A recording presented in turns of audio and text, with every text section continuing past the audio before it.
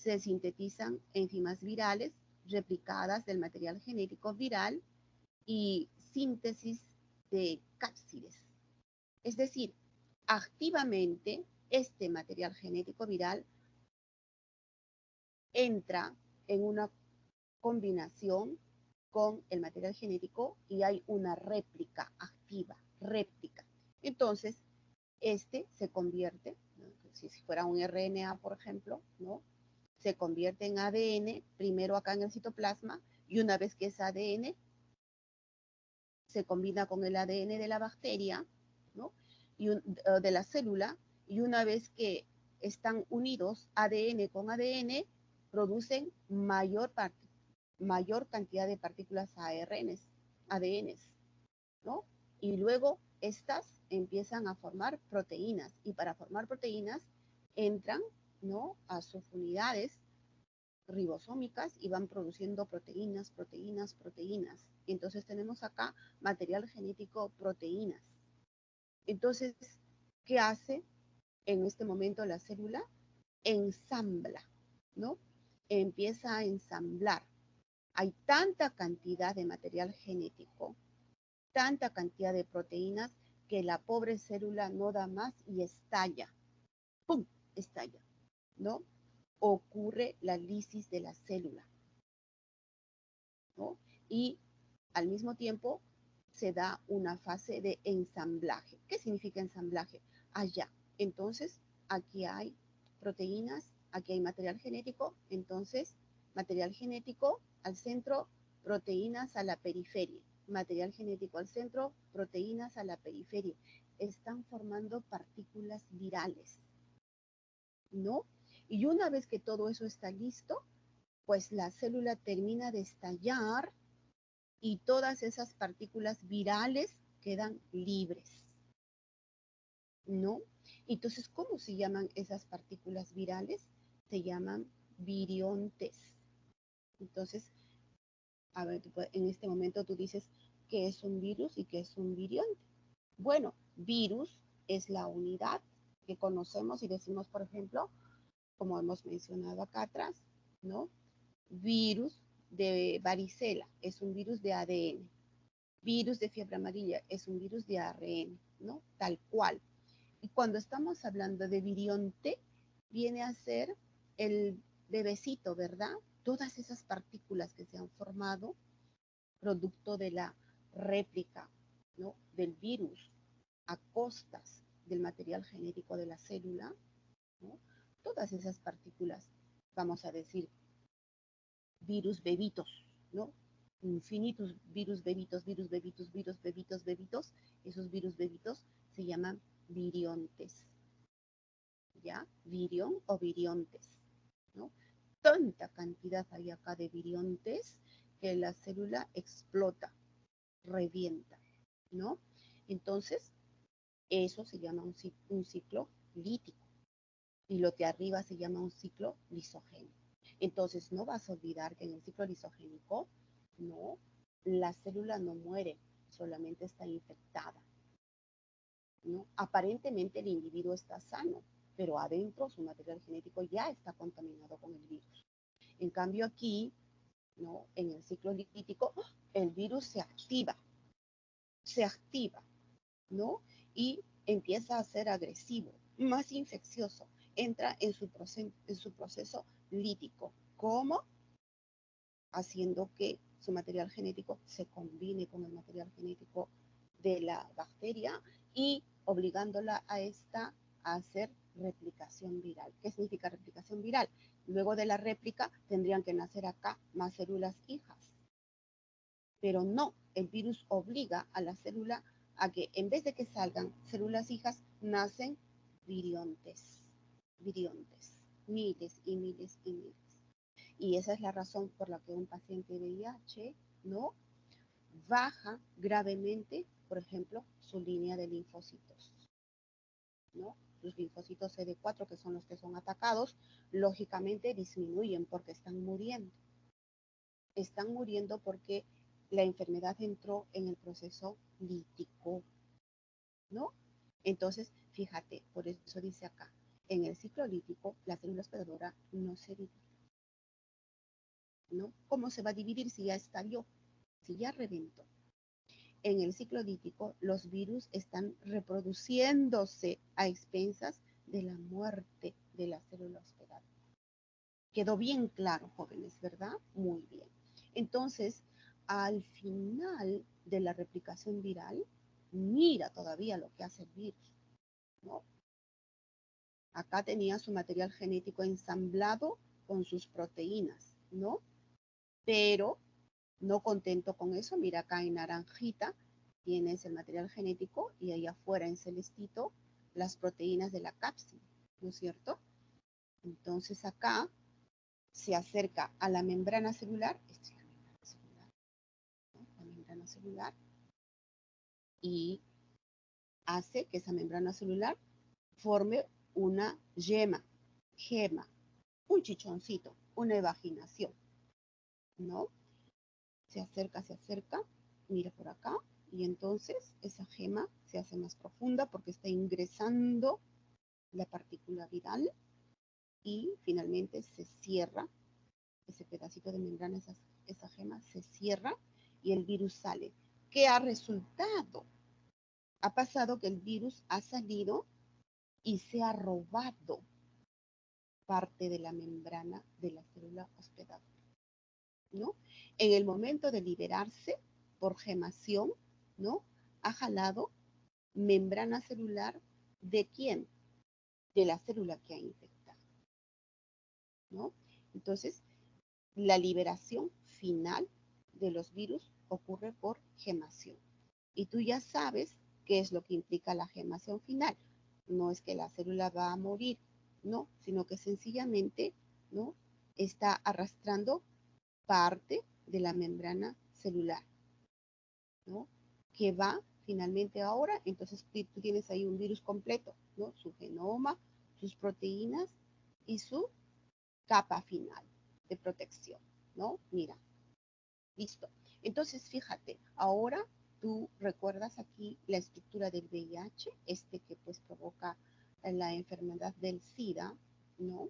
Y recordarás que está caracterizado por tener dos hebras de RNA, pero ojo, son dos hebras sueltas, mira, un RNA por aquí y otro RNA por acá, ¿no? No vaya a confundir, en algún momento, alguna vez un estudiante me dijo dos hebras de RNA, enrolladas, no, no, no, no, es un RNA, ustedes saben que el RNA es monocatenario, entonces acá un RNA monocatenario, otro RNA monocatenario, ¿no? Lógicamente, como todo virus, su material genético lo protege con este collarcito de color celeste, que es ese collarcito de color celeste, no son otra cosa que proteínas, ¿no? Proteínas.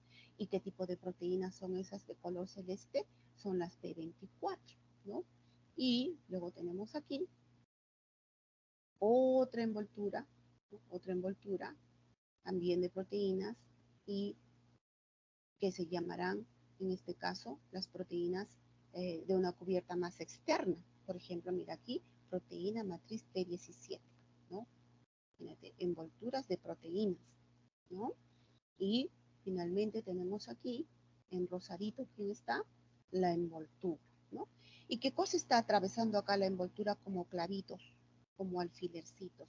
Proteínas, ¿no? Unas proteínas que están atravesando, ¿no? Estas de color rojito, estas son glicoproteínas, por ejemplo, la glicoproteína GP41, estas. Y la cabecita es otra glicoproteína, la glicoproteína 120, ¿no? Esta glicoproteína que está aquí, esta cabecita, ¿no? Es la pieza fundamental, la clave fundamental en el proceso de fijación. Con esto se fija el virus a los linfocitos CD4 con la glicoproteína 120, ¿no? Un aspecto importante es que el virus dentro de su RNA tiene su arma secreta. ¿Cuál es su arma secreta? Aquella enzima que le va a ayudar a hacer el proceso de transcripción en forma reversa. Aquí está de color moradito. ¿Ah? Entonces el virus viene con su arma, viene con su transcriptasa reversa. ¿Por qué? Porque es un virus RNA, ¿no? Y nuestras células son células DNA. Entonces, ¿cómo se juntaría una partícula viral RNA con una DNA? Imposible, ¿no? Entonces, ¿cuál es la estrategia? Esta transcriptasa reversa convierte este RNA en DNA. Y una vez que está convertido en DNA aquí en el citoplasma, recién ingresa ese DNA convertido, integrado a nuestro DNA, ¿no? Entonces, por eso viene con su arma, que podemos decir, destructora, su transcriptasa reversa. Bien, entonces aquí tienes el proceso de infectación, ¿no? Entonces, mira, aquí está el VIH con su material genético, estos dos de verdecitos su ARN, ¿no? Su envoltura proteica, acá en color marrón, y acá afuera su cápsula, ¿no? Con sus glicoproteínas acá. Entonces mira cómo se acerca, se acerca, se acerca. ¿Quién es este de rojito que está acá? Es nuestro pobre linfocito, ¿no? Pero de nuestro linfocito, el que le gusta a este es nuestro linfocito CD4, ¿ya? Y también más adelante en infecciones avanzadas echa mano este virus, no solo de los linfocitos T, sino también de los monocitos e incluso de los macrófagos, ¿no? Ese es su proceso de infectación. Entonces aquí, atacando a un linfocito CD4, se acerca, miren uno, se acerca. Entonces, ¿cuál será la proteína aquí que le está abriendo la puerta? Ya lo dijimos acá, te lo dije, la 120, ¿no? La 120, esta le abre la puerta a nivel de la membrana. Entonces, la membrana linfocitaria, ¿no? Ve acá a la glicoproteína 124, y le abre la puerta y le permite el paso, ¿no? Le permite el paso, entra acá, mira la partícula viral, inmediatamente se libera su ARN, acá un ARN, otro ARN, y en este momento se pone en marcha su arma, esa arma terrible que tiene, ¿no? Su transcriptasa reversa. Con esa transcriptasa reversa cambia este RNA, ¿no? Lo convierte en el citoplasma. Una vez que lo ha convertido en DNA, entonces este DNA recién puede entrar al núcleo del linfocito y como DNA vírico se integra a nuestro DNA linfocitario. Ahí está, nuestro DNA linfocitario con el DNA vírico integrado, ¿no? Bien, entonces, como ya está integrado, sencillamente esta cadena de DNA empieza a duplicarse, ¿no? Y ese material genético se transcribe, ¿no? Una vez que se duplica, pero ojo, aquí cuando se está duplicando el material genético, se está duplicando material viral, ¿no? Material viral, básicamente, ¿no? Entonces, se da el proceso de transcripción, ¿no? Entonces, todo esto se convierte en RNA a través del citoplasma. El RNA va a ir a las proteínas, ¿no? Para su lectura, a las unidades ribosómicas se van a ensamblar ahí, se va a dar el proceso de traducción y tenemos la formación de proteínas. Entonces, tenemos proteínas, tenemos material genético y en este momento tengo todo listo. Entonces, se empieza a ensamblar el virus. Venga material genético, venga proteínas, ¿no? Y finalmente se acerca a la membrana linfocitaria, la hace gemar, se roba parte de esa membrana y sale el virión. Aquí está el virión, ¿no? Yo te dije para que no te olvidaras, ¿qué es virión? El bebecito del virus, pues, ¿no? El virus recién nacido, virión, ¿no? El bebecito. Pero estos son miles y millones. Ese es el proceso de infestación en VIH.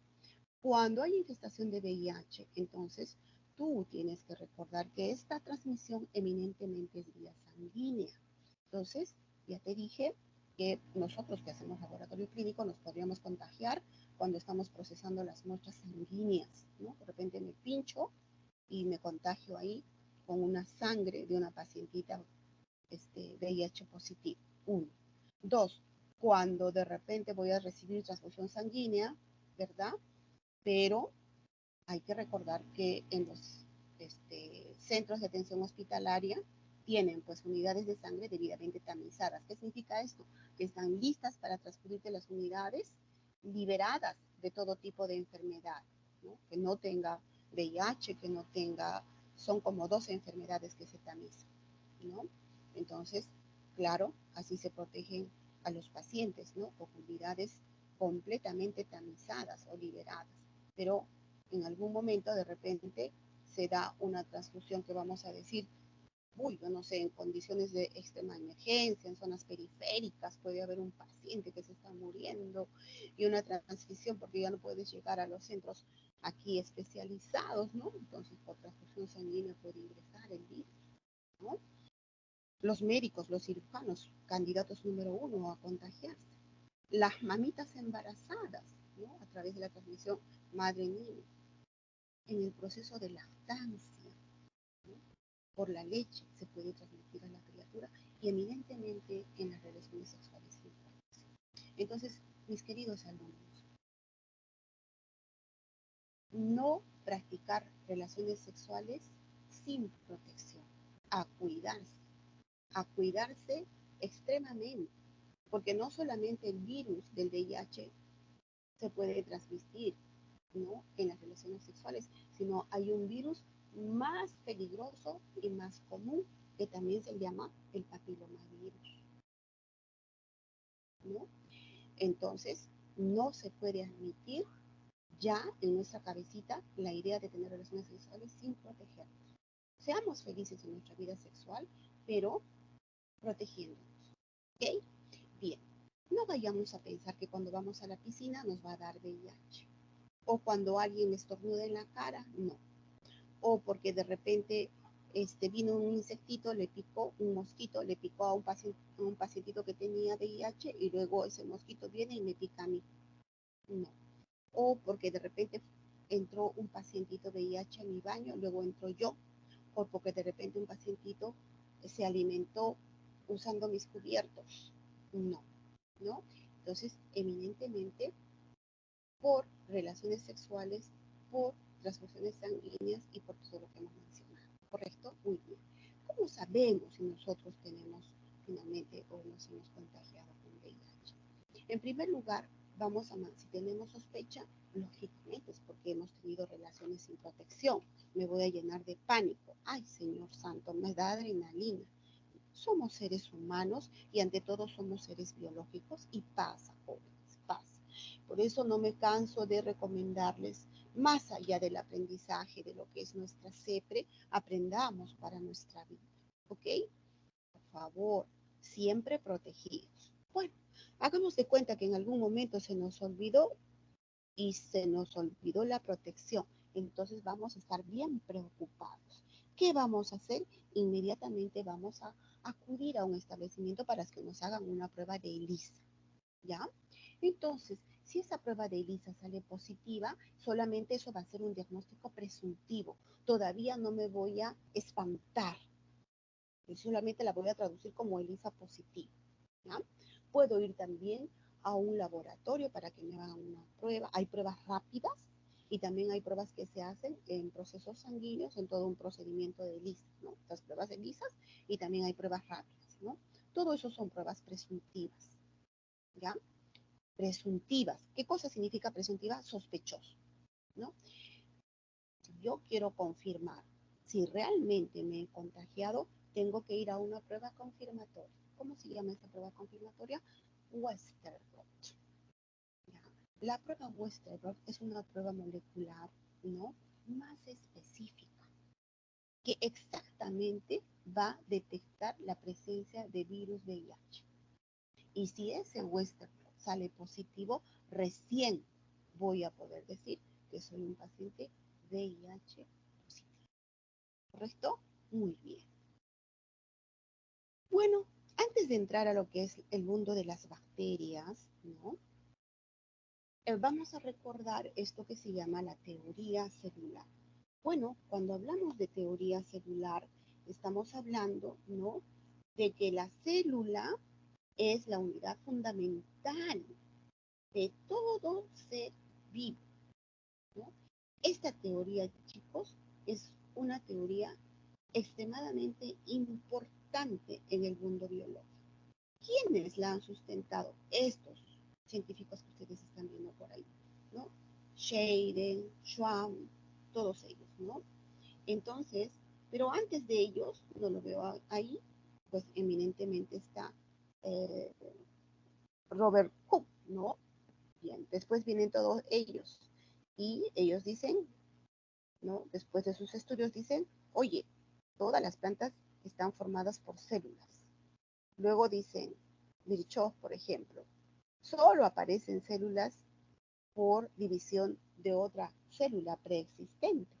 Y finalmente Weismann dice, oye, todas las células que viven ahorita en la actualidad se remontan a los tiempos más antiguos. Está hablando un poco poético, parece que estuviera discursando una poesía, ¿no? Ahí tienes que interpretar. ¿Qué está diciendo él? Lo mismo que dice Virchow. Es decir, que una célula precede de otra célula, ¿ya? Entonces, eso es la teoría celular, la teoría que sostiene que nuestra unidad fundamental en cuanto a los seres vivos es la célula, ¿ok? Y ahí nace el concepto ahora de que hay células procarióticas y células eucarióticas, ¿no? Entonces, cuando estamos hablando de células procarióticas, estamos hablando de células que tienen su material nuclear suelto, ¿ya? Material nuclear suelto. Aquí tienes una bacteria, te presento una bacteria, ¿no? Su material nuclear, y no hay como en una célula propiamente dicha, tenemos la célula, el material nuclear y envolviendo ese material nuclear una membrana que se llama carioteca, ¿no? Entonces, por eso tenemos las células procarióticas y eucarióticas. ¿Qué cosa significa? Verdadero. Carión, que significa membrana celular. Entonces, cuando digo célula eucariota, pellizcate la manito. A ver, pellizcate tu manito, pellizcate el dorso de la mano. Por ejemplo, todo eso son células, ¿no? Células epiteliales. Nuestras células epiteliales son células eucarióticas. ¿Por qué? Porque nuestro material nuclear, ¿no? Nuestro ADN está guardadito dentro de una membrana. ¿Cómo se llama esa membrana? Membrana nuclear o carioteca. En cambio, las bacterias no tienen carioteca, ¿no? Su material nuclear está disperso. Por eso son procarióticas. ¿Correcto? Muy bien. Entonces, las bacterias son procarióticas. Ahí estamos viendo una bacteria, mira, ¿no? Su citoplasma, el núcleo, pero no hay una envoltura que lo protege, ¿no? Tenemos acá su membrana celular, su cápsula. Esa es una bacteria. Bueno, en el mundo de las bacterias, por la forma que estas tienen, tenemos los cocos, los bacilos y los espirilos. Cocos, como su nombre lo dice, circulares, bacilos, bastoncitos, espirilos, como resortes, ¿no? Como resortes. Bien, por ejemplo, las espiroquetas. Dentro de los cocos, si estos van en cadenitas como el collar de mamá, se llaman estreptococos. Y si estos van como en ramitas de uva, se llaman estafilococos. Los bacilos pueden estar solitos o pueden estar juntitos. Si están juntitos de a dos, se llaman diplobacilos. Y si están en cadenitas, se llaman estreptobacilos. Y los vibriones, que son como comitas más pequeñitos que las espirotecas. ¿Ok? Muy bien. Ahora vamos a ver que dentro de las bacterias, ¿no? Se dividen en dos grupos. Hay un científico que las dividió en dos grupos. Bacterias gram positivas y bacterias gram negativas. Te lo he puesto aquí, mira, en una diapositiva aquí arriba, Unas están de color azulito y unas están de color rojito. Así son las bacterias en la coloración Gram. Nosotros los microbiólogos, cuando vamos a hacer análisis, ¿no?, de frotices, ¿no?, de, por ejemplo, lo que fuese, ¿no?, una heridita, un frotis de mucosa oral, un frotis de secreción nasal, un frotis de secreción de un pus lagrimal, una secreción vaginal, cualquier tipo de secreción de nuestro cuerpo, nosotros podemos llevarla a una lámina portaobjetos, ¿no?, hacer un frotis y echarle un colorante que se llama el colorante Gram. ¿Ya? El colorante se llama Gram. Yo hago un proceso de coloración, ¿no? Entonces, si la bacteria es Gram positiva, colorea de azul. Si la bacteria es Gram negativa, colorea de rojo. Entonces, por eso digo, tengo bacterias Gram positivas y tengo bacterias Gram negativas. Aquí está, bacterias que colorean de azul y bacterias que colorean de rojo, ¿no? Pero eso es lo que vemos en el externo. Al final, el resultado. Pero químicamente, ¿qué cosa pasa? Te cuento. Lo que sucede es que hay bacterias, ¿no?, que tienen, ¿no?, una capita bien delgada que se llama capa de peptidoglicano. Acá está, mira, una capita de peptidoglicano delgada. Pero estás viendo acá, esa bacteria tiene tu membrana celular que está yendo hacia el interno de la bacteria. Esto será su citoplasma de la bacteria. Todo esto es su citoplasma. Su membranita, ¿no?, su membranita celular, su capita de peptidoglicano y otra membranita, ¿no?, otra membranita que le está poniendo en contacto con el medio externo. Mira, tiene dos membranitas celulares y al centro tiene su capa delgada de peptidoglicano. Esa es la estructura de la Gram negativa. Vente aquí al lado derecho. Mira la Gram positiva. La Gram positiva tiene solamente una membranita nuclear. Mira, estás viendo acá una membranita nuclear. Ahí está, tu membrana nuclear, pero tiene una capa bastante gruesa. Mira, ¿de qué? De peptidoglicano. ¿Eh? Peptidoglicano bien grueso, ¿no?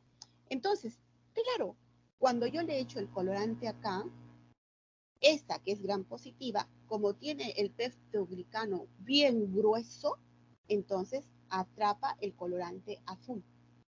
Lo atrapa, ¿no? Aquí, con todo ese peptidoglicano. En una segunda fase de la coloración, yo le echo alcohol para decolorar y no lo suelta. ¿Cómo lo va a soltar si el peptidoglicano es grueso? Todo ese peptidoglicano se llenó de colorante azul. Le echas alcohol y no lo suelta, ¿no? Y después le echas Lugol y luego le llevas al microscopio. ¿Y de qué color lo ves? Azulito. Ahí están las bacterias azulitas. En cambio, las bacterias Gram negativas, estas rojitas, ¿qué pasó?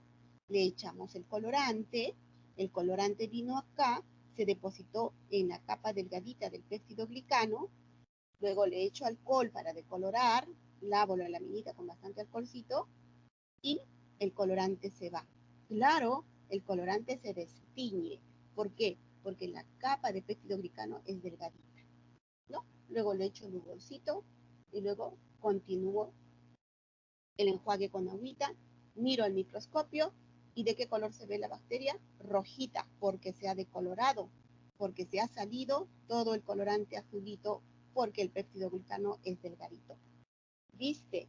Qué bonito. Ahora tú ya sabes cómo son las bacterias Gram positivas y cómo son las bacterias Gram negativas dentro de su estructura bioquímica, cómo se colorean y cómo se ven al microscopio. ¿Correcto? Muy bien.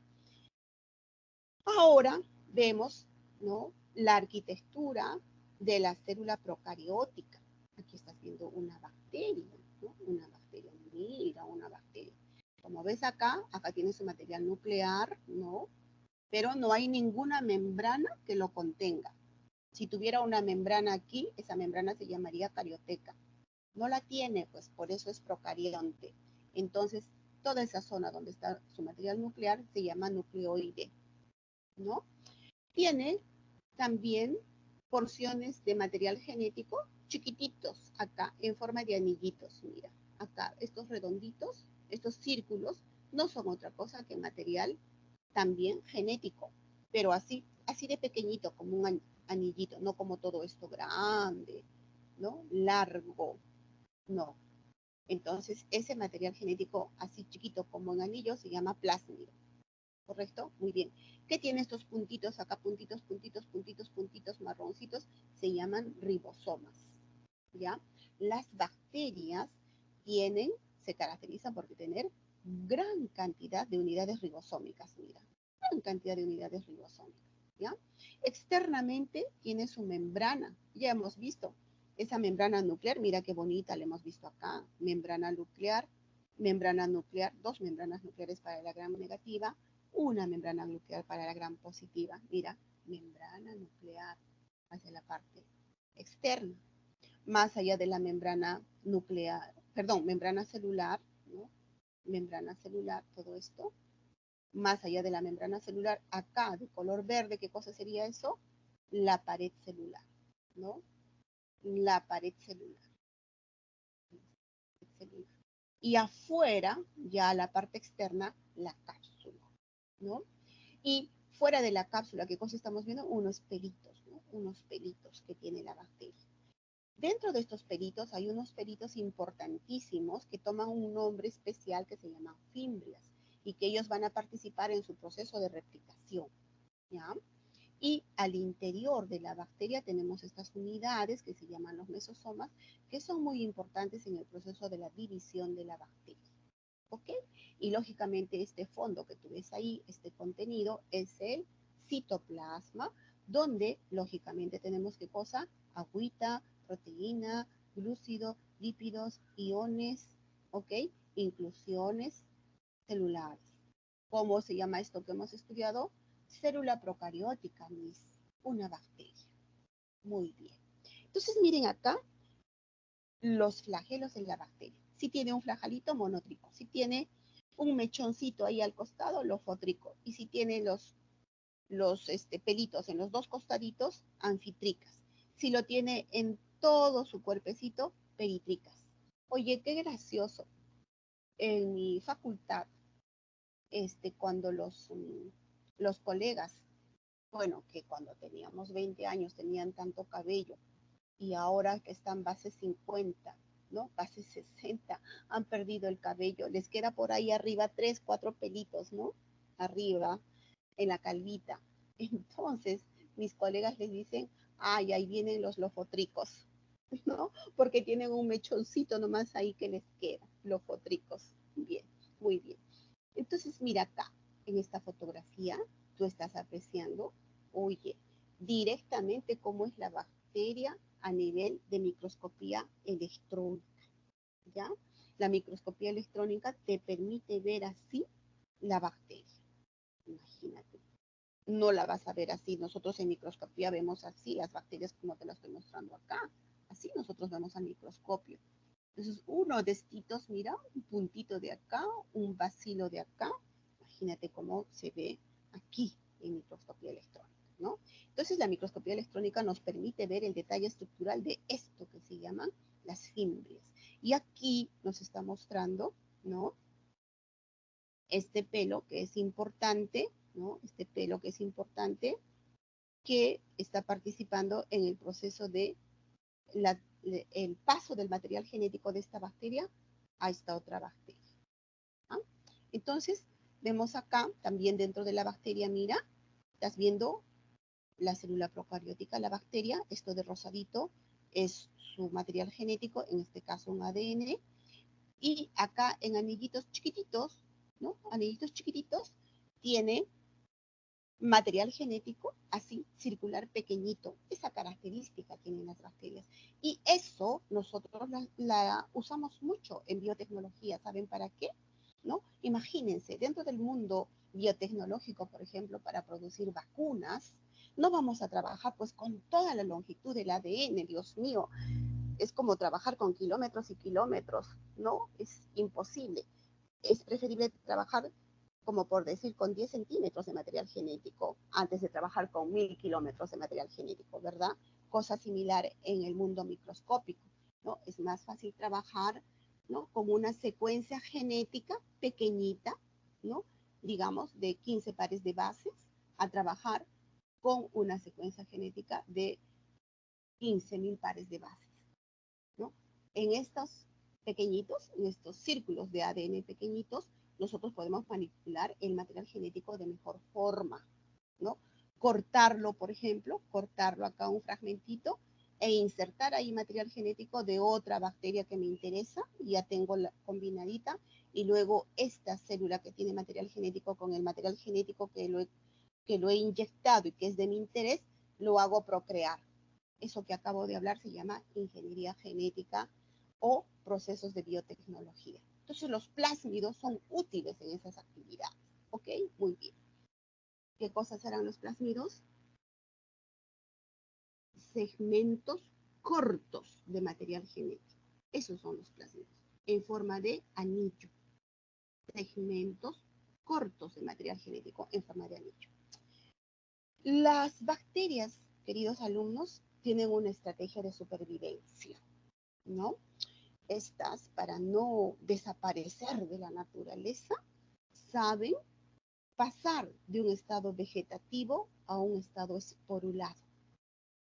Es como decir, en un sentido figurado, de lo que están frescas, se secan. Y así secas, se mantienen en la naturaleza.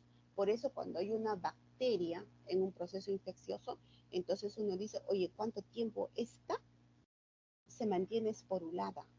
¿No? Para nosotros conocer cómo la vamos a atacar. ¿Ya? Entonces las esporas no son otra cosa que el estado maduro, ¿no? de la bacteria, una estrategia de supervivencia que tiene la bacteria. Bien, las bacterias entonces obviamente tienen sus fuentes de nutrición, ¿no? Fuentes de nutrición para que puedan estar activas, vivas, ¿no? Entonces, definitivamente, ellas van a tener que necesitar una fuente de carbono, ¿no? Esa fuente de carbono, algunas tienen capacidad de ser autótrofas y otras son heterótrofas, ¿no? Entonces, las autótrofas, ¿quiénes son? Estas que tienen el carbono de fuentes inorgánicas como el CO2, igualito que una planta, ¿no? Una planta, ¿de dónde obtiene su fuente de carbono, jóvenes? De las moléculas de dióxido de carbono que nosotros, los mamíferos, les damos, ¿no? Nosotros estamos botando al medio ambiente moléculas de dióxido de carbono, producto del resultado metabólico nuestro, ¿no? Y la plantita coge ese dióxido de carbono y a partir de eso, ¿qué cosa va a formar ella? Moléculas de glucosa, componentes orgánicos, proteínas, ácidos grasos, ¿no? Entonces, su fuente de carbono, ¿qué cosa es? Componentes inorgánicos. Y ella tiene capacidad de sintetizar su propia, ¿no?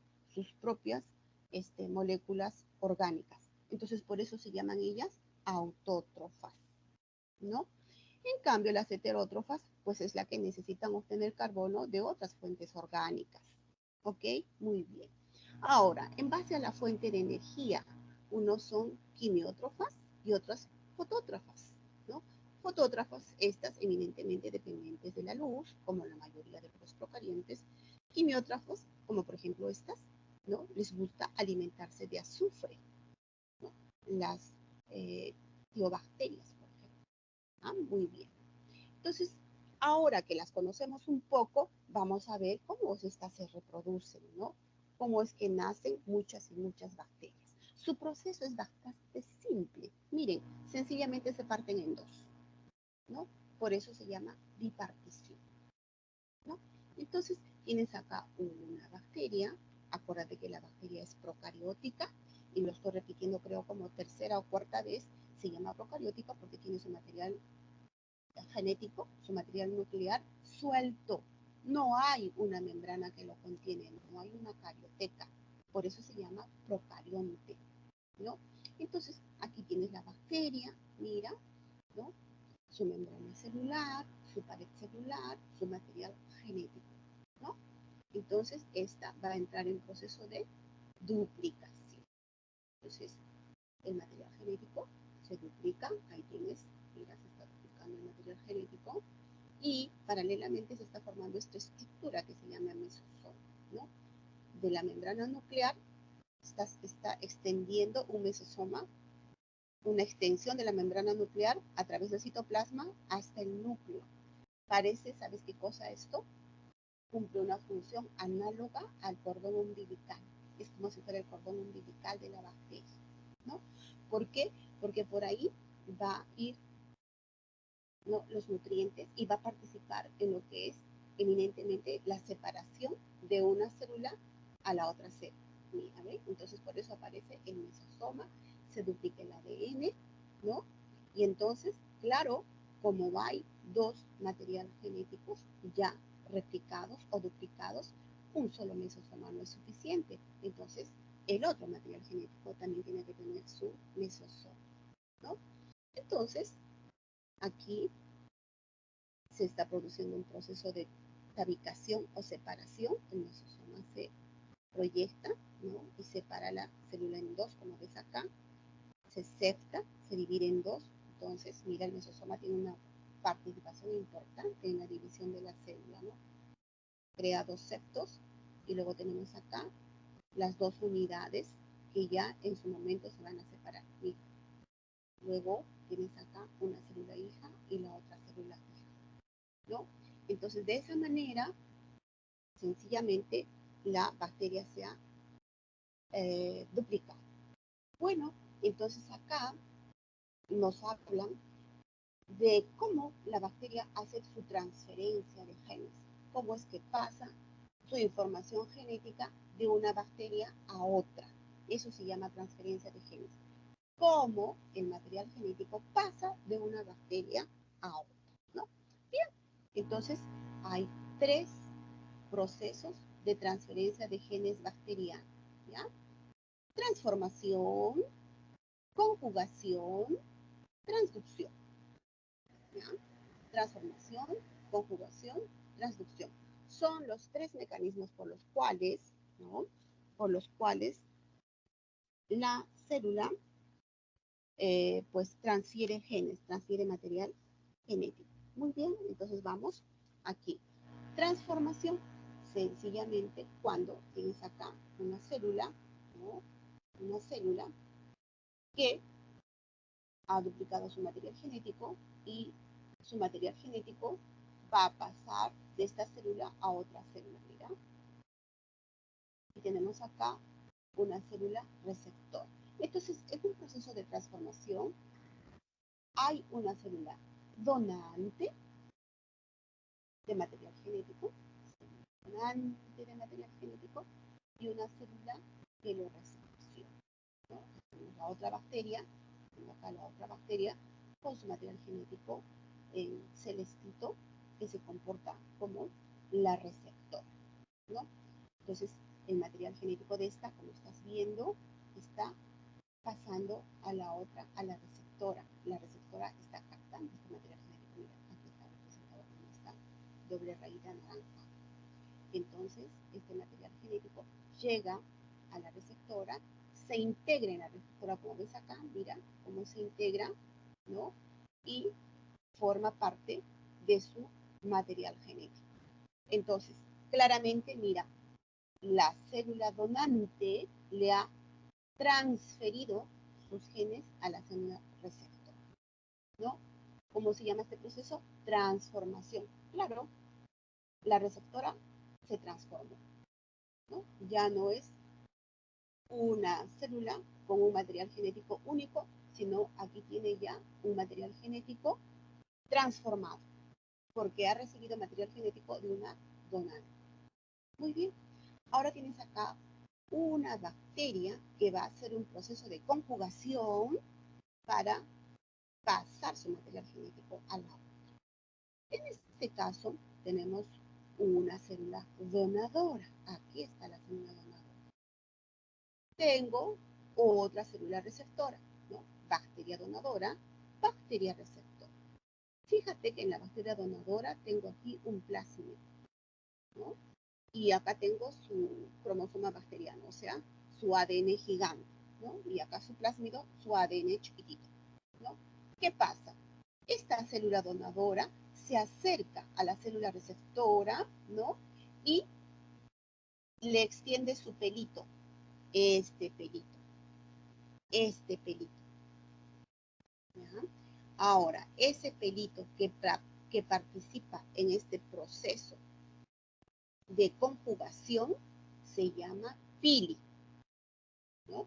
No es un pelito cualquiera. El pili es el pelito que participa en el proceso de conjugación bacteriana. Entonces, mira, por el pili, ¿no? El material genético de acá, del plásmido, pasa a la célula receptor. ¿Listo? Pasó a la célula receptor, ¿no?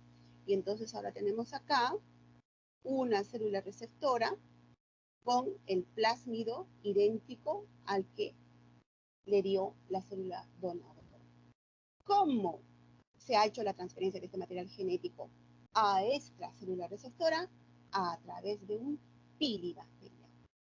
Muy bien, eso se llama conjugación.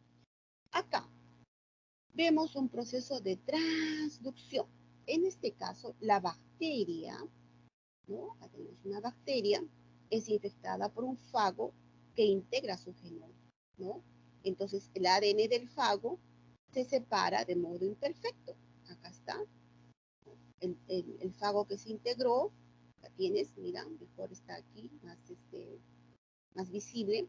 Entonces, este ADN mal separado, ¿qué pasa? Lo que pasa es que cuando hay este proceso de formación de ADN bacteriano, no solamente jala aquí ADN bacteriano, ADN viral, el fago es el que va a infectar a la célula para hacer que esta célula produzca viriontes, ¿recuerdas? Muy bien. En ese proceso de replicación, lo que nos están diciendo acá es que se arrastra también material bacteriano. Eso es lo que nos están diciendo. ¿Ya? Cuando el fago está haciendo su replicación viral, también se arrastra material genético bacteriano. Y al arrastrar material genético bacteriano, se está llevando información genética bacteriana. Entonces, la célula bacteriana, ¿no? Se lisa, se liberan los fagos nuevos van a infectar una nueva bacteria, ¿no? De repente de una especie diferente, el ADN del fago es incorporado en el nuevo hospedero y también, de pasito, de yapita, ¿qué cosa más va a llevar? ADN bacteriano. Transducción, el proceso por el cual, cuando hay replicación viral, también se transfiere material genético bacteriano. ¿Correcto? Muy bien. Entonces, finalmente tenemos acá este investigador, Whittaker, ¿no? Quien hace esta clasificación en dos grupos. Dice, el reino monera está formado en arqueobacterias y eubacterias. Las arqueobacterias son metanógenas, halófilas y termoacidófilas. Y las eubacterias, estas verdaderas, son gram positivas, gram negativas, verde purpúreas, espiroquetas, cianobacterias y riquetas. Esa es la clasificación que hace Whittaker de los procariontes, o sea, las bacterias las junta en un solo reino que se llama monera, ¿no? Y en este reino están las bacterias antiguas, las archibacterias, por eso se llama arquebacterias, y las bacterias más evolucionadas, las verdaderas bacterias, entre las que ya encontramos estas avanzadas, las positivas, las gram negativas y todas estas, ¿ya? Rickettsia, clamidia. Bien, luego viene Wulff, el gran Wulff, y dice, bien, si bien es cierto, las bacterias, ¿no? Están comprendidas, ¿no? En arqueobacterias y eubacterias, esta clasificación es mucho mejor, dice así, ¿no? Hablemos de dominios, dice él. Dominio bacteria, dominio arcaea y el dominio eucaria, ¿no? Entonces, en el dominio bacteria no considera ningún reino, en el dominio arcaea tampoco ningún reino, y en el dominio eucaria, ¿no? Eucaria, en estos que tenemos la carioteca envolviendo el material genético, encontramos entonces al reino protista, ¿no? A los fungi, a las plantas y a los animalitos, ¿no? Entonces, básicamente somos eso, ¿no? Reino protista, reino fungi, reino planta, reino animal, ¿ok? Y esto está dividido en dominios. ¿Quién dijo eso? Carl Woolf, ¿ok? Dentro de las bacterias tenemos que enfatizar la utilidad que tienen estas en la naturaleza, ¿no? Si bien es cierto, hemos conocido las bacterias, más las conocemos por su efecto patogénico, su efecto agresivo en la naturaleza, ¿no? Al producir enfermedades, la tuberculosis, cuántas enfermedades bacterianas graves, los neumococos, las meningitis, la sífilis, pues, o sea, son patogénicas, ¿no? Sin embargo, aunque no lo creas, las bacterias también son importantes en el mundo ecológico, cuánto estas son utilizadas para aprovechamiento de procesos interesantes como los de bioremediación. Su nombre mismo lo está diciendo. Vamos a remediar las cosas, ¿no? Con herramientas biológicas. ¿Y saben cuáles son esas herramientas biológicas? Bacterias, alumnos, son bacterias. Miren, por ejemplo, la remediación microbiana viene a ser el uso de los microorganismos, ¿no? En el foco de la contaminación.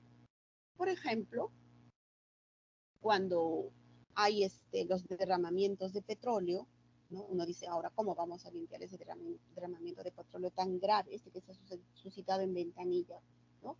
Entonces, hay bacterias que saben metabolizar esos contaminantes. Esos contaminantes son su comida de ellas. Entonces, tú te llevas cultivos de esas bacterias a esos lugares donde ha habido contaminación y depositas toda la bacteria, ¿no? Toda la bacteria, todo el cultivo bacteriano. Y esas bacterias, como estás viendo acá, van a entrar y van a empezar a digerir esas sustancias contaminantes. Y al cabo de un tiempo vas a ver cómo esos cuerpos de agua se van a limpiar. Entonces, ¿cómo se llama eso? Remediación microbiana, porque estás utilizando la totalidad de la bacteria, ¿no? Para limpiar esos cuerpos de agua. Degradación enzimática, esto ya es más fino. ¿Por qué? Porque hay investigadores que dicen, bueno, no necesitamos utilizar toda la bacteria. No hay necesidad de usar toda la bacteria. Hagamos los cultivos, obtengamos las enzimas nada más y trabajemos con las enzimas. Y solamente llevamos las enzimas a esos cuerpos de agua, ¿no? Ellos son procesos más especializados. Entonces van y en esos cuerpos contaminados, de por ejemplo derramamiento de petróleo, solamente llevan las enzimas obtenidas ya en cultivos bacterianos. Lógicamente que eso es una tecnología más fina, ¿no? Entonces eso se llama remediación por degradación enzimática. ¿Okay? Por eso dice, consiste en emplear enzimas en el lugar contaminado. ¿Ok? Muy bien.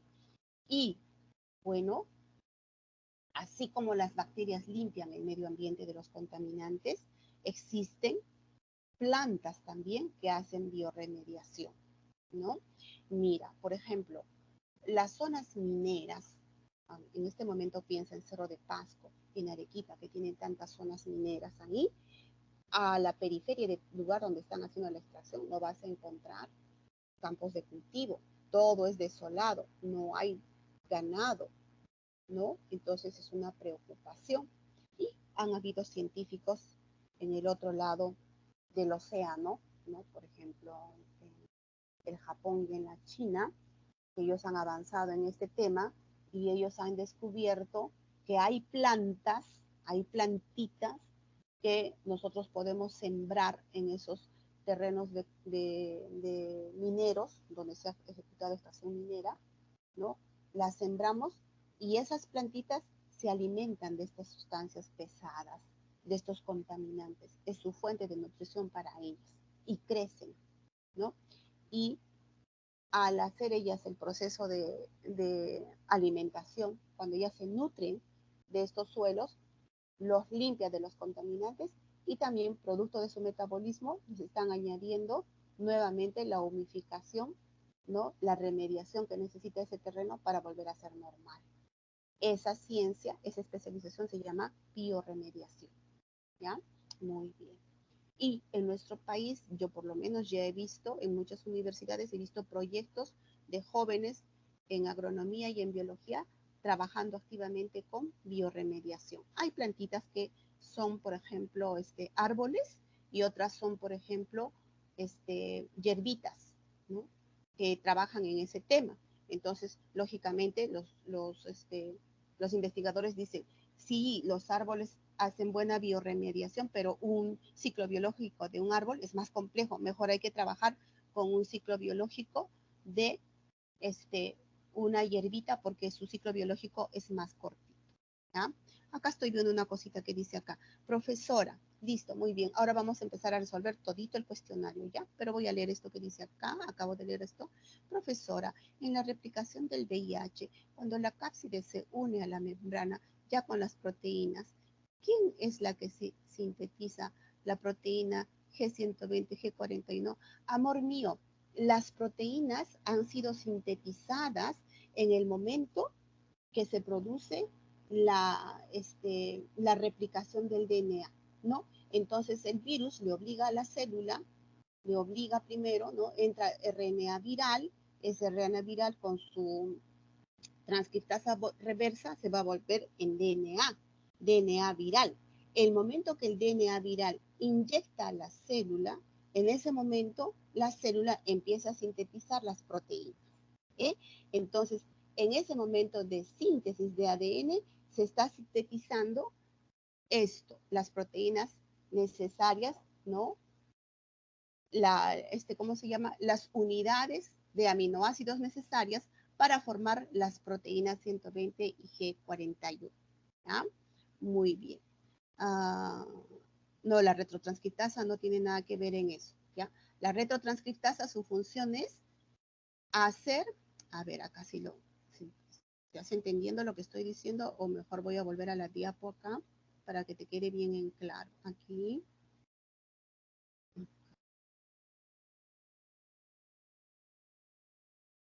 Ya. Entonces, mira, la transcriptasa reversa, lo único que va a hacer inversa o reversa es lo siguiente, o lo único no, lo espeluznante que hace. Viene el virus con su RNA, ¿no?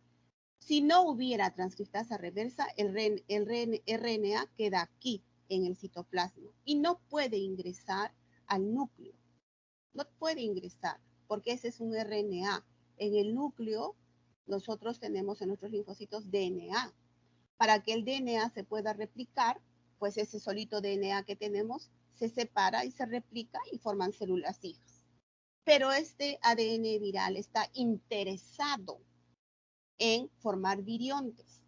Entonces, ¿qué tiene que hacer? Tiene que integrarse a ese ADN. Para integrarse a ese ADN, entonces la transcriptasa reversa cambia ese RNA en DNA, ¿correcto? La transcriptasa reversa cambia ese DNA, ese RNA en DNA. Ahora sí, ese DNA puede ingresar al núcleo. Una vez que ingresa al núcleo, se inserta aquí al DNA de la célula, pero esta célula, en vez de producir, ¿no? Información genética a favor de la célula linfocítica, esta vez como ya está contaminada con ADN viral, entonces va a producir información genética a favor del virus. En este momento se va a producir, se va a sintetizar todo lo que el virus necesita, entre ellas la proteína G120, la 24, todo lo que necesita el virus. ¿Ok? Muy bien. Listo.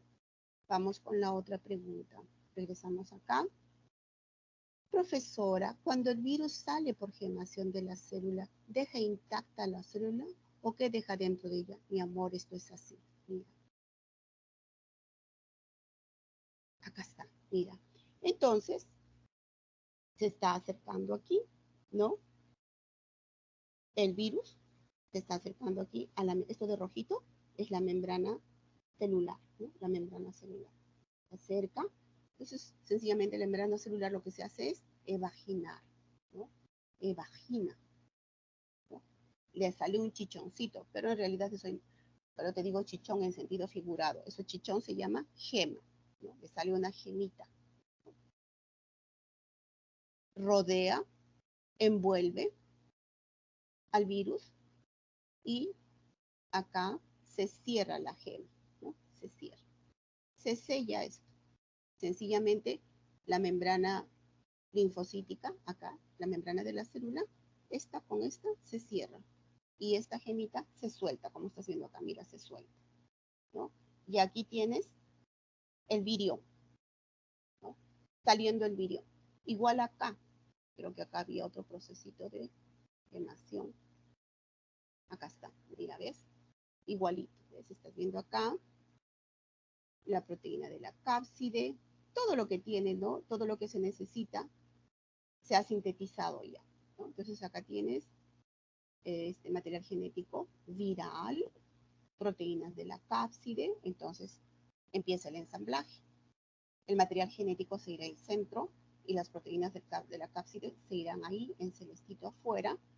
Y vienes acá, tienes acá naranjita, material genético, celestito, proteínas, ¿no? Entonces está viajando hasta este momento. Este virus es un virus desnudo, pero ni siquiera se llama virus, se llama virionte, ¿no? Porque es bebecito, recién formado. Se acerca a la membrana, mira, la membrana linfocítica, ¿no? ¿Verdad? Y se pega a ella, entonces se va haciendo una evaginación, mira, ¿ves? Se pronuncia más esa evaginación, ya no se puede llamar evaginación, se llama una yema, ¿no? Mira, se cierra y luego la membrana nuclear acá se cierra y esta deja. ¿Qué fue el virus? El virus ganó su capita, ¿viste? ¿No? Entonces, sale el virus envueltito, ¿no? Envueltito con la envoltura que necesita. Ya deja de ser un virus desnudo. ¿Ok? Muy bien. Buenas noches, profesora. El ribosoma en los eucariotas es sintetizado en el nucleolo.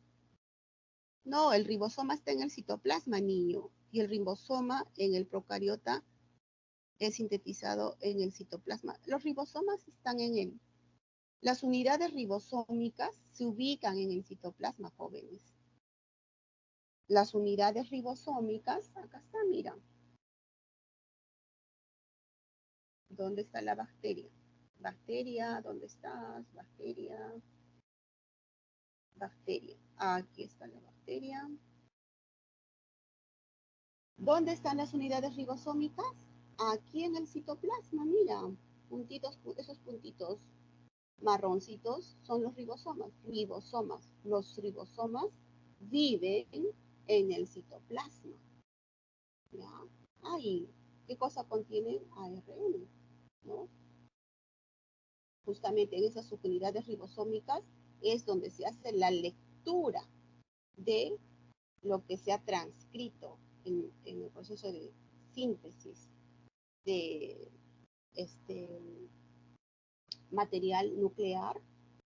Todo material nuclear que ha sido sintetizado viaja al citoplasma. ¿Para qué viaja al citoplasma? Para pasar a las unidades ribosómicas. En las unidades ribosómicas, estas unidades ribosómicas van a leer esa información. ¿Con ayuda de quién? Con ayuda del código genético. Van a leer esa información y van a fabricar ¿qué cosa? Proteínas. ¿Ya? Y en los eucarióticos también tenemos ribosomas a nivel del citoplasma. Más abundantes ribosomas tienen las bacterias. ¿Okay? Muy bien. Listo. Ahora, cuidado que nos gane el tiempo. Volando, volando, resolvemos las preguntas. ¿Ok? Listo.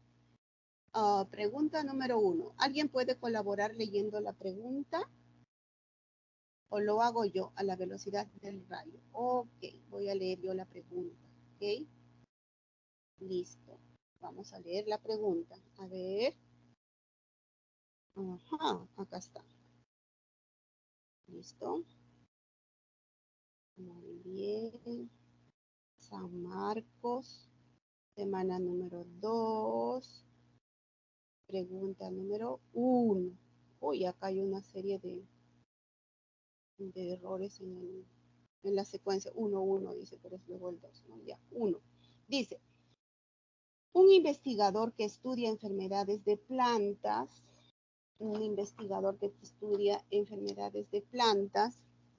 ha obtenido un extracto de una planta enferma y lo ha hecho pasar por un filtro capaz de retener bacterias, ¿no?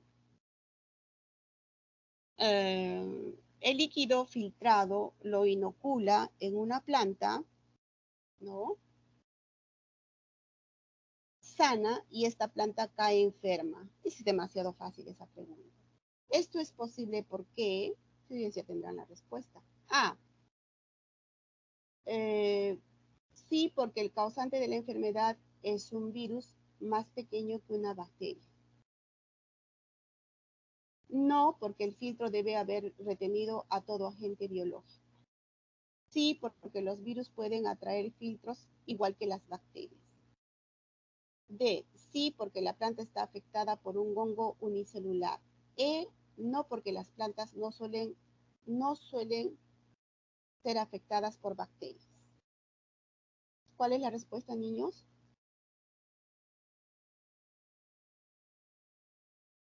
Una planta enferma. Podría ser. Muy bien, muy bien.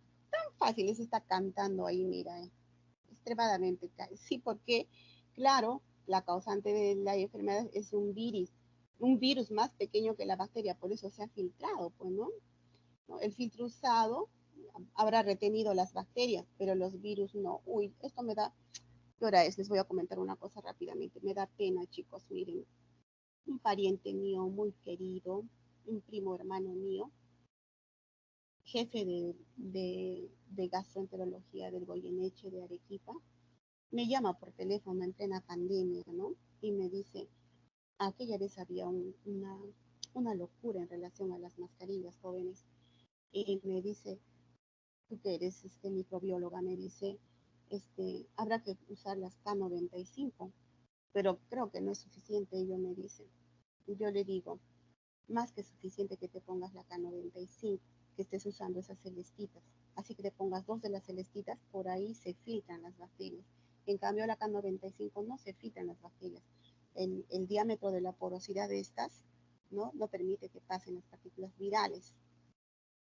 Así me dijo, ya, pues así voy a ir a trabajar, me dijo, al hospital. Y le habían llamado unos vendedores de Chile, ¿no? Le habían dicho, doctor, ¿cómo se va a usted exponer? Está muriendo la gente.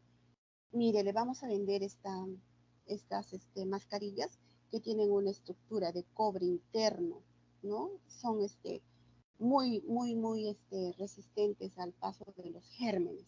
Y él se compra esa y descarta la K95, chicos, y empieza a trabajar con eso. En un mes el doctor se contagió y falleció, ¿no? Cuando se hacen las investigaciones, ¿no? Entonces dicen, el doctor no quería usar la K95, solamente esta que le habían vendido los chilenos. ¿Qué se había comprado, jóvenes? Se había comprado una mascarilla, claro, muy diseñada, pero para retener solamente partículas bacterianas. ¿Eh? Cuán importante es conocer un poco de microbiología, mira, y solamente manejar acá justo lo que te están diciendo en esta pregunta, ¿no? Que están haciendo énfasis de lo que es el tamaño, pues, ¿no? Importante el tamaño de las partículas virales. Terrible.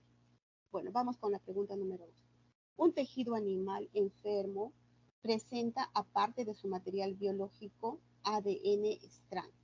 Al estudiar las áreas circundantes extracelulares, no se hallan rastro de ese ADN. Esto hace pensar a los analistas que ese tejido ha sido atacado por ya, una riqueza, B, un virus, C, una clamidia, D, un prión, E, un helminto. ¿Cuál será la respuesta, joven? ¿Un virus? Por supuesto, un virus. ¿Por qué? Porque los virus, ¿qué cosas son?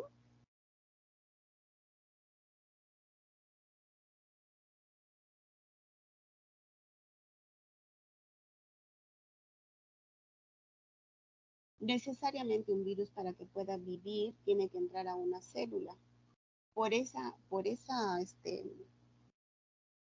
Pueda replicarse es el término exacto, no vivir, sino pueda replicarse, ¿no? Porque ellos se permanecen en la naturaleza porque se replican, ellos trabajan solamente a nivel de material genético, ¿no? Entonces, ellos por eso reciben la nominación, les dije, de parásitos obligados, pero no es propiamente porque sea un parásito es otra cosa, ¿no? Sino por ese afán de ellos de vivir o de mantenerse en la naturaleza a costilla de otro ser vivo. Entonces, estos aprovechan la energía de la célula a través de la replicación, ¿no? Muy bien. Siguiente pregunta. No todos los virus, ¿no?, son patógenos, pero los primeros en ser estudiados resultaron que eran capaces de producir enfermedad. El primer virus del que se tuvo idea del tamaño extremadamente pequeño y su potencial patogénico fue, eso es pregunta de cultura general, niños, el virus del mosaico del tabaco. B, el virus de los leucocitos, de la leucocitosis bovina. C, el virus del sarcoma de pollos. D, el virus de las paperas. E, el bacteriófago. La el virus del mosaico del tabaco, ¿no? Esa es pregunta de cultura general. Siguiente pregunta. La siguiente figura esquematiza a un virus cualquiera. Y hay un esquema, ¿no?, igualito a este.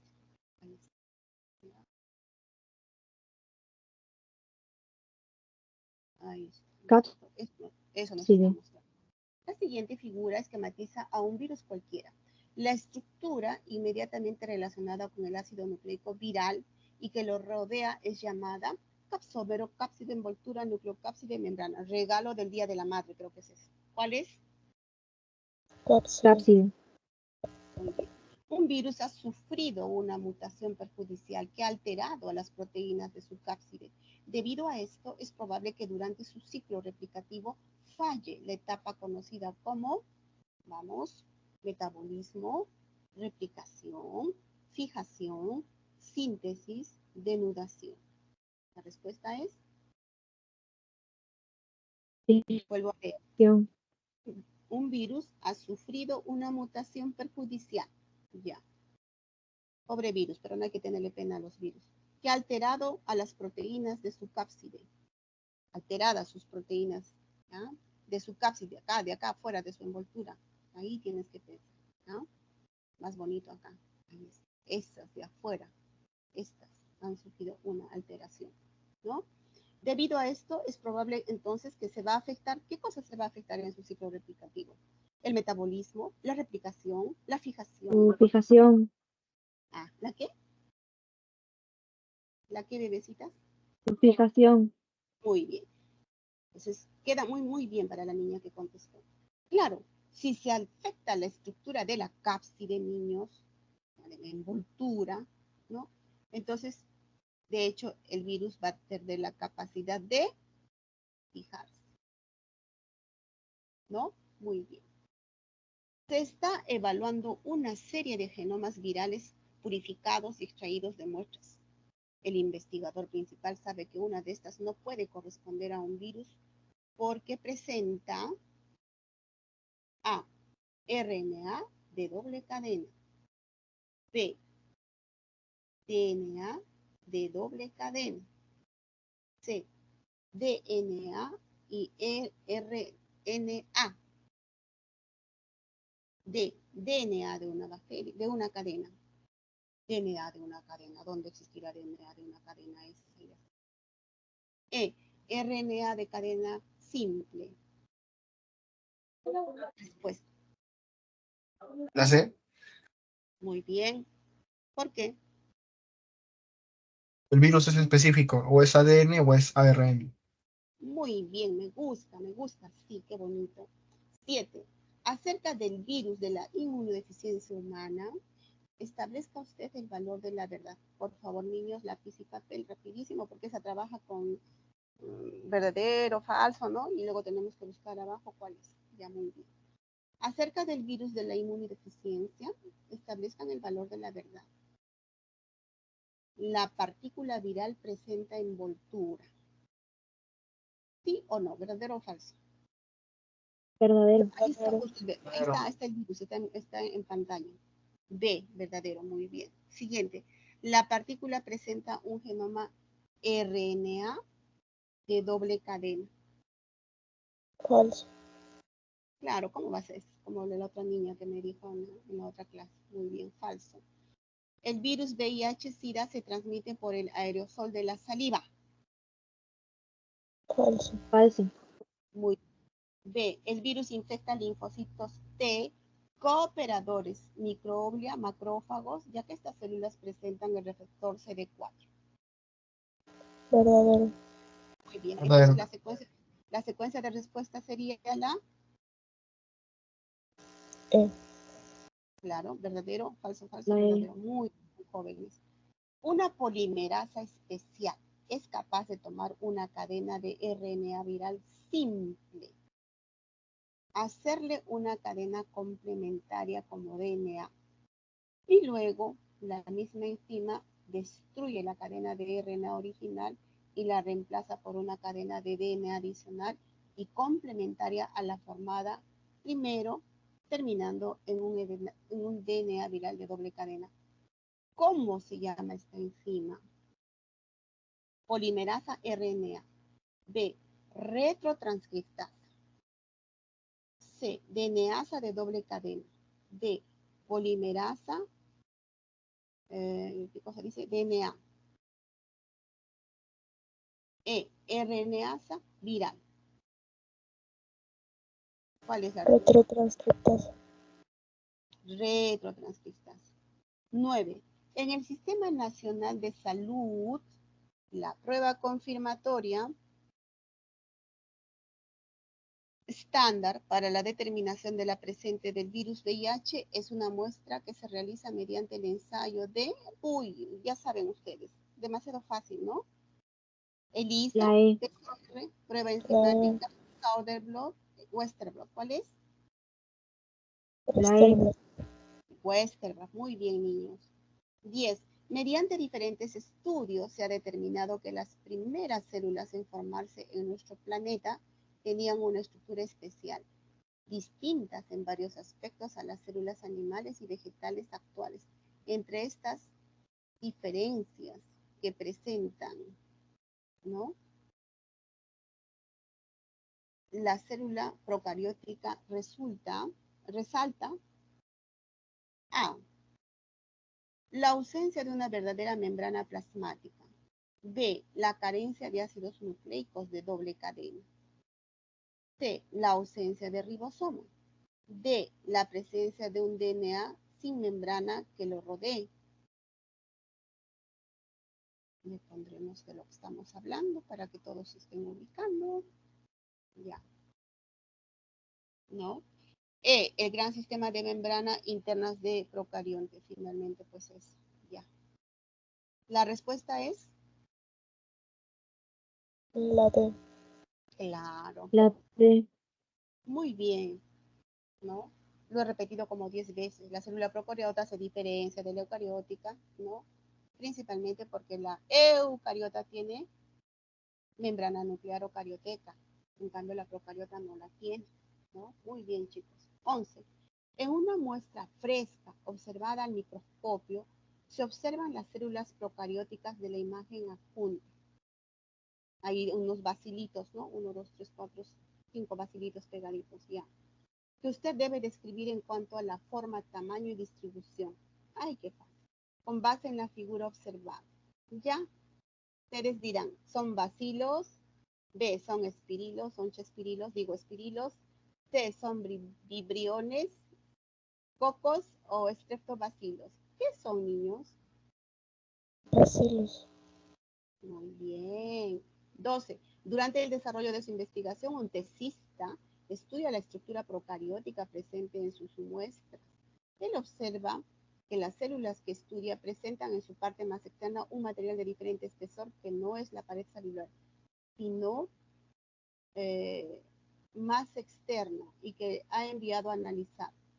Lo más probable es que químicamente esta estructura esté formada por glicolípidos, B, fosfolípidos, polisacáridos, D, eicosanoides, D, monosacáridos. ¿Qué es? La B. Fosfolípidos, no, miren, leamos nuevamente. Dice, La C sería. claro. ¿Sí? Miren, vuelvan a leer. Miren, dice, durante el desarrollo de su investigación, un tesista estudia la estructura procariótica presente en sus muestras. Él observa que las células que estudia presentan en su parte más externa un material de diferente espesor que no es la pared celular, ¿ya? Sino más externa y que ha enviado a analizar. Lo más probable es que químicamente esta estructura esté estructurada por polisacáridos, ¿no? Muy bien. ¿Por qué? Porque nos está hablando de la cápsula bacteriana, ¿no? La parte más externa. Químicamente, pues ustedes saben que la cápsula tiene una naturaleza polisacárica. Muy bien. 13. La movilidad bacteriana, ¿no? Está hablando de la movilidad bacteriana y graciosamente yo me acuerdo que les hice una comparación aquí de esto, ¿no? De mis amigos los fotricos, ya, muy bien. La movilidad bacteriana depende directamente de la presencia de flagelos en la célula procariótica, pero la disposición de estos varía de una especie a otra. Así, si al microscopio observamos la disposición de flagelos que se muestran en la figura, esta se trata de una, ¿qué es esa que nos están mostrando? Anfítrica. No, claro, muy bien. 14. La pared celular bacteriana exhibe una estructura única y especial, ¿no? Respecto a esta determine el valor de la verdad. Las siguientes afirmaciones y elija usted la secuencia correcta. Vamos, lápiz y papel. Ya. Entonces, dice, presenta peptidoglucano. ¿Verdadero o falso? Verdadero. Claro, está hecha de peptidoglucano, muy bien. ¿Qué más puede haber ahí? Lípidos, ¿no es cierto también? Muy bien. Exhibe muchos fosfolípidos, ¿verdadero o falso? Falso. Falso. Muy bien. ¿Dónde están los fosfolípidos? En la membrana, ¿no? Muy bien, niños. Es flexible en bacterias gram negativas. Verdadero. Muy bien. Siguiente. Determina la forma de la bacteria. Verdadero. Verdadero. Muy bien. Y finalmente le otorga vulnerabilidad a la célula procariótica. Falso. Falso. Falso, más bien, pues no le va a permitir resistir a la tensión ambiental, ¿no? Por lo tanto, la respuesta es la secuencia que nos ha dado la A. Muy bien. 15. Durante una evaluación microbiológica de los suelos húmedos, ¿no? De un terreno, ¿dónde están?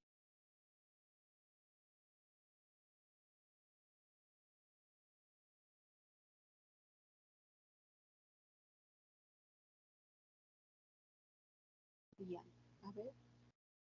Durante una evaluación microbiológica de los suelos húmedos de un terreno se han hallado células que tienen características procarióticas. Sin embargo, no se les detecta pared celular, ¿no?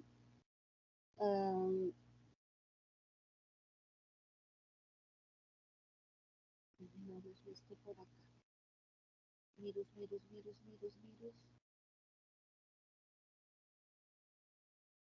Bacterias. Ya. Durante una evaluación microbiológica de los suelos húmedos de un... es que acá, ya, se las va a leer así, miren, escuchen. Les han escrito eso, ¿no? Durante la evaluación, pero debe de decir así. Durante una evaluación microbiológica de una muestra de esputo, ¿ya? Olvídense de eso de suelos de terreno. Hagamos de cuenta que de nuestro esputo, ¿no? De una muestra de nuestro esputo, de ahí se han hallado muchas células que tienen características procarióticas. Sin embargo, no se detecta la pared celular. No hay pared celular. Entonces, según este investigador a cargo de esto, ¿no? ¿De qué se trataría? De riquecias, de clamidias, de Micoplasma. de hongos, de priones, de Micoplasma. micoplasma. Muy bien, ¿no? Claro. Clamidias no hay en nuestra boquita, riquecias tampoco, hongos no es el caso, ¿no? Y estos priones son proteínas que provocan infecciones, ¿no? Bueno, 16. En la ejecución de un estudio de diversidad microbiana, los responsables han creído conveniente averiguar si las bacterias presentes en un lugar producen antibióticos, ya que podrían A. Colectarse y aplicarse en la industria farmacéutica. B. Ser patógenos y enfermar al hombre. C. Participar en los procesos de descomposición. Ser de aplicación en la industria alimentaria. Ser usados para producir vacunas y hormonas. La A. La A. Colectarse y aplicarse en la industria farmacéutica. Claro, porque las bacterias, ¿no? Son extremadamente importantes, participan en procesos de ¿qué? De descomposición, a nivel de salud provocan enfermedades, a nivel industrial hemos hablado de las cosas que hacen en el medio ambiente, participan en bioremediación, pueden tener aplicación comercial, industrial, farmacéutica. ¿Por qué? Porque pueden producir antibióticos y otros metabolitos de unidad para el hombre, ¿no? Muy bien, niños. Entonces, hasta aquí nuestro repaso de hoy, ¿sí? Nos vemos, Dios mediante. ¿Dónde está? A ver, voy a hacer la prueba si se puede abrir esto. No se puede abrir. Cada vez que quiero abrir la cámara, no sé por qué no me hace caso. Bueno, tengamos paciencia. Muy bien, niños. Entonces, ha sido muy bonito trabajar con ustedes. Profesora, disculpe, ¿qué le está pasando aquí? A ver, ¿qué hora es? ¿Qué hora es? ¿Dónde dijo que había fosfolípidos? Amores, los fosfolípidos están presentes en dónde? De los alumnos que están ahí, ¿dónde están presentes los fosfolípidos? ¿Dónde? ¿Dónde? Niños, ¿dónde están los fosfolípidos? Primera clase. ¿Dónde? Membrana celular. En las membranas celulares, mis amores. Les voy a poner esto para que no se olviden. Acá está. Mira. Esta es una membrana celular de una bacteria. Acá está. Una membrana celular de una bacteria gram positiva, una membrana celular de la gram negativa. La gram positiva tiene una sola membranita. Y mira, la gram negativa tiene hasta dos membranitas celulares.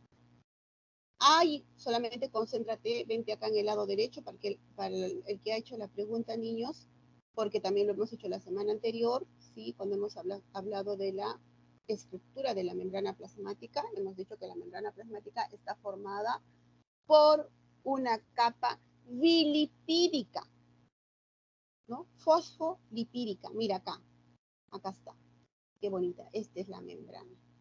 Haz de cuenta que esto que está aquí, que estoy poniendo el puntero, eso fuera la membrana, ¿no? Así la membrana.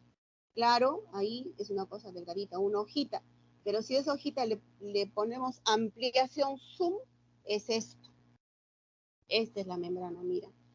Químicamente hablando, la membrana está compuesta de una bicapa, una capa, otra capa, de fosfolípidos. Estas pelotitas son los fosfolípidos.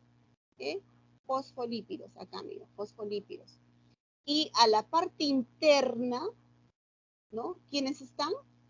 Su cadenita de ácidos grasos, miren, un fosfolípido y su cadenita de ácido graso. Otro fosfolípido, su cadenita de ácido graso. Otro fosfolípido, ¿no? Esta es la parte externa de la célula. Lo voy a hacer así para que pueda dibujar. Mira, esto sería la parte externa de la célula, por decir. Y este es el citoplasma. El citoplasma. Ya. Mira, hacia el citoplasma también hay fosfolípidos. Mira, fosfolípido, tu colita de ácido graso. Fosfolípido, su colita de ácido graso. ¿Viste? Y hacia la parte externa, fosfolípido y su colita de ácido graso. Entonces, por eso el concepto dice, la membrana celular es una capa bilipídica en la que los fosfolípidos se encuentran a la parte externa de la membrana. ¿Ve? Y a la estructura interna de la membrana están ¿quiénes? Los ácidos grasos, mirándose unos a otros como espejito. Mira, este es espejito del otro, este ácido graso, espejito del otro, este ácido graso, espejito del otro. Los ácidos grasos están hacia la parte interna, las colitas. Las pelotitas, los fosfolípidos, están hacia la parte externa. Entonces, ellos que están hacia la parte externa son hidrofílicos. ¿Qué significa hidrofílico? Que tiene afinidad por el agua.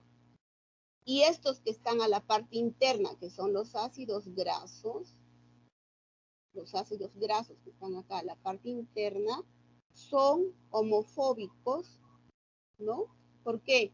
Porque le tienen pánico a la grasa. Claro, perdón, le tienen homofílicos, homofóbicos, homofílicos, ¿no? O sea, le tienen miedo a las moléculas de agua, por eso están escondiditos los ácidos grasos. Y por eso, un concepto que tú debes de saber es que la membrana celular, nuestra membrana celular, tiene comportamiento anfipático.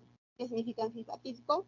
Que tiene dos comportamientos. Es homofílico, es hidrofílico, perdón, amor al agua hacia la parte externa y pánico al agua hacia la parte interna.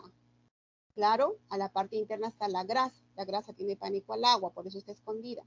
Y hacia la parte externa están los grupos polares fosfolipídicos.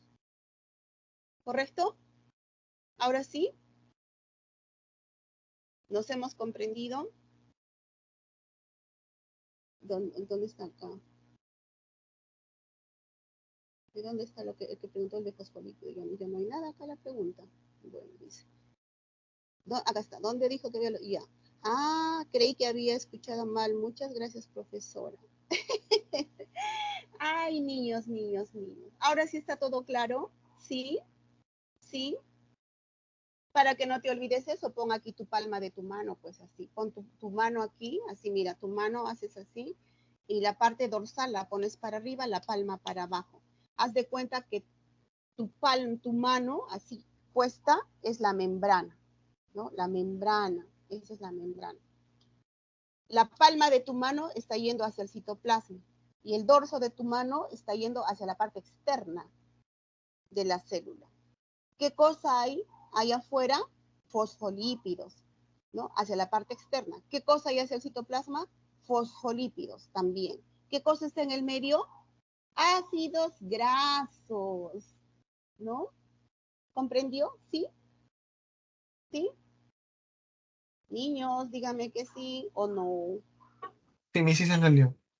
Listo. O si no, Sí, profesora. seguimos dibujando, si es que no lo han entendido. ¿Ok? Entonces, mucho cuidado cuando a veces se aprenden de memoria el concepto y cuando no lo digieren bien, se van a olvidar. En cambio, si lo aprenden bien, hasta viejitos, hasta 90 años, hasta los 100 años se van a acordar. Bien, mis amores, les voy a pegar aquí la respuesta de todo, ¿ok? Por si no han tenido la secuencia, voy a pegar la control C aquí en nuestro chat. Lo voy a pegar. Listo, mis amores, ahí está. Perfecto. Ok, antes que nos cierren la sala virtual. Listo, les deseo un bonito fin de semana y nos vemos el próximo jueves. Que les vaya bonito, chicos. No sé por qué mi cámara no se abre. Le hago acá, no se abre, pero bueno. Adiós, jóvenes. Nos vemos la siguiente semana. Que les vaya bonito.